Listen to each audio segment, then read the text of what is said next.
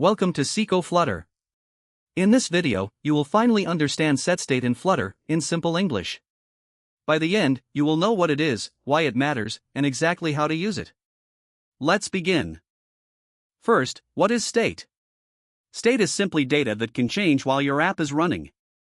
For example, a counter number, a loading flag, or the text a user types. When this data changes, the screen usually needs to update to show the new value. Here is the problem. If you just change a variable in Dart, Flutter does not know that something changed. So the screen stays the same, even though your data is different. Flutter needs a signal that says, "Hey, rebuild this widget with the new data." That signal is setState. When you call setState and change your variable inside it, Flutter marks the widget as dirty and rebuilds it. This rebuild reads your new data and paints the updated screen. That is the whole idea of setState.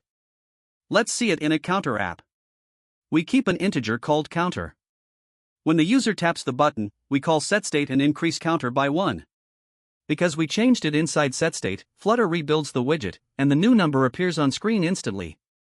2 common mistakes. First, do not change the variable outside setState, or the screen will not update. Second, keep the code inside setState small and fast. Do not run heavy work like network calls inside it. Do the work first, then call setState only to update the value. Quick recap. State is data that changes. Flutter needs a signal to rebuild. That signal is setState. Change your data inside it, and Flutter updates the screen. If this helped you, subscribe to Sikho Flutter for a new lesson every day. See you in the next video.